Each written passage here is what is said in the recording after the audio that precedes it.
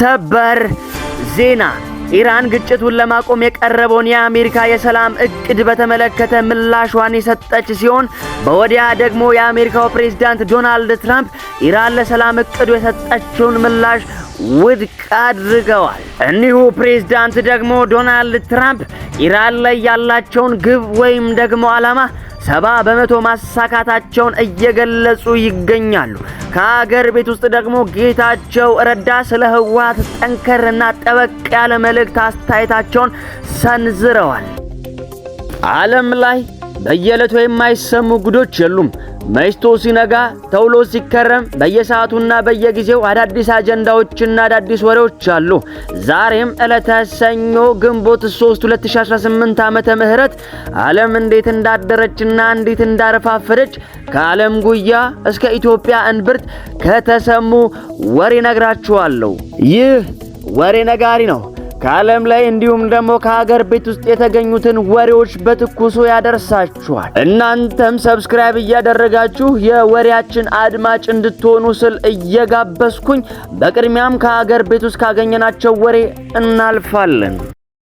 የቀድሞ የትግራይ ክልል ጊዜያዊ አስተዳደር የነበሩት ጌታቸው ረዳ ስለ ህወሓት ጠንከር ያለ አስተያየታቸውን ሰንዝረዋል። የቀድሞ የትግራይ ጊዜያዊ አስተዳደር ፕሬዝዳንትና የጠቅላይ ሚኒስትር አብይ አማካሪ ጌታቸው ረዳ ህወሓት አሁን የያዘው መንገድ የግድየለሽነት ቁማር ነው በማለት አፍሪካ ሪፖርት መጽሔት ላይ ዛሬ ባወጡት አዲስ መጣጥፍ ተቹ። ጌታቸው ረዳ ህወሓት ከኤርትራ መንግስትና ሌሎች የሀገር ውስጥ ቡድኖች ጋር ስልታዊ አጋርነት ፈጥሮ በሰራው ስሌት የልብ ተሰምቶታልም ብለዋል።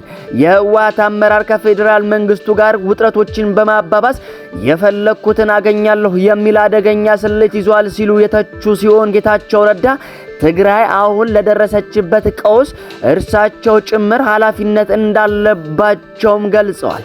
ጌታቸው ረዳ የህወሓት አመራር ቡድናዊ ጥቅሙን ከትግራይ ህዝብ ጥቅም ጋር አብሮ ጨፍልቆ ማቅረቡ እጅግ አደገኛው ክስተት መሆኑንም በመጣጥፋቸው ላይ አስፍረዋል።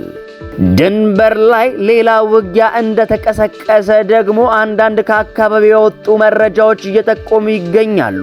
የሱዳኑ ጦር ወደ ኢትዮጵያ ድንበር እየተስፋፋ መሆኑን የሚያሳዩ መረጃዎች ወጥተዋል። የሱዳን መንግስት በኢትዮጵያ ድንበር አቅራቢያ ፈጸምኩት ባለው ጥቃት 2 የሱዳን ፈጥኖ ደራሽ ጦር ካምፖችን ከጥቅም ውጪ ማድረጉን አስታውቋል። የሱዳን ፈጥኖ ደራሽ ጦርም በርካታ የድሮን ጥቃት መፈጸሙንም ገልጸዋል። ለኢትዮጵያ ቅርብ በሆነው የሱዳን ድንበር ብሉ ናይል ግዛት ከባድ ውጊያ እየተደረገ ይገኛል።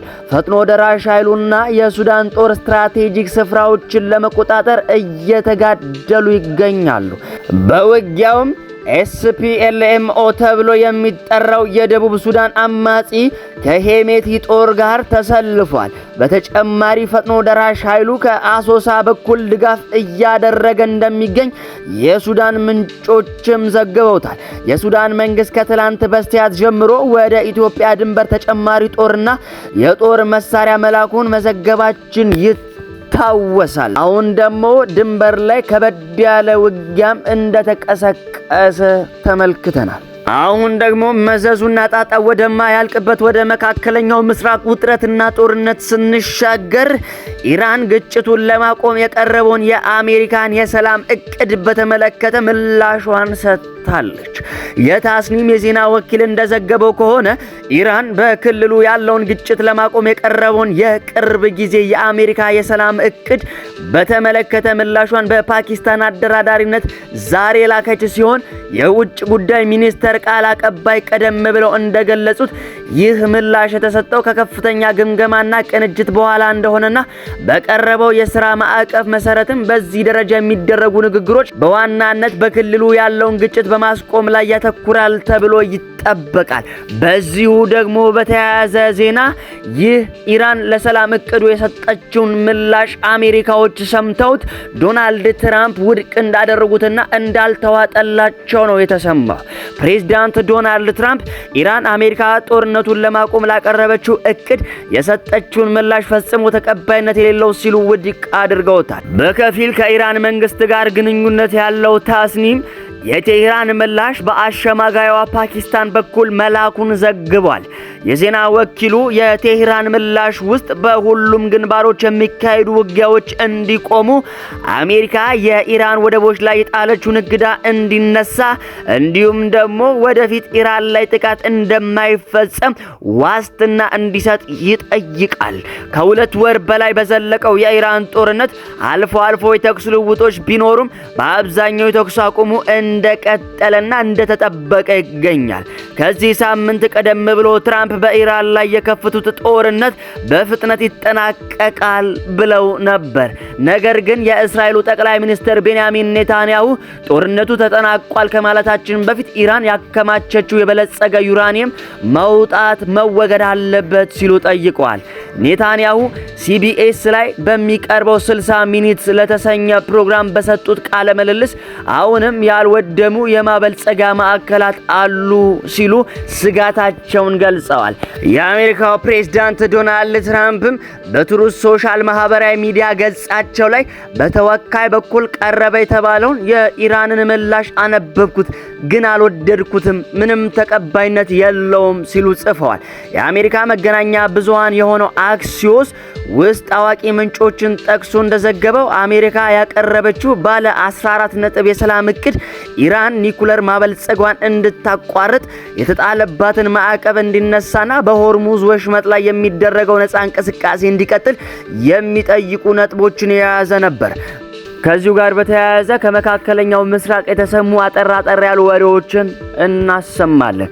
ኢራን የኒኩለር ተቋሞቿን እንድታፈርስ ከዩናይትድ ስቴትስ የቀረበባትን ጥያቄ ውድቅ አድርጋለች። በተጨማሪም ደግሞ ኢራን ጥቃት ለመፈጸም እያቀደች እንደሆነችም አልተሸሸገም።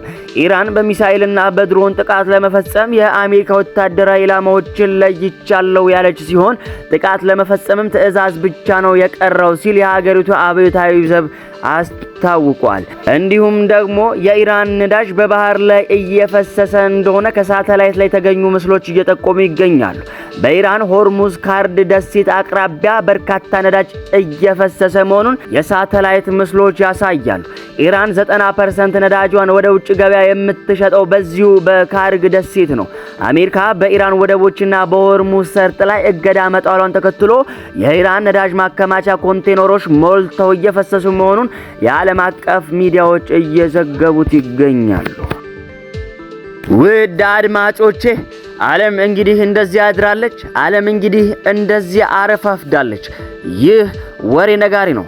ከዓለም ላይ እንዲሁም ደግሞ ከሀገር ቤት ውስጥ የተሰሙ ወሬዎችን በትኩሱና እየመራረጠ ለእናንተ ያደርሳላችኋል።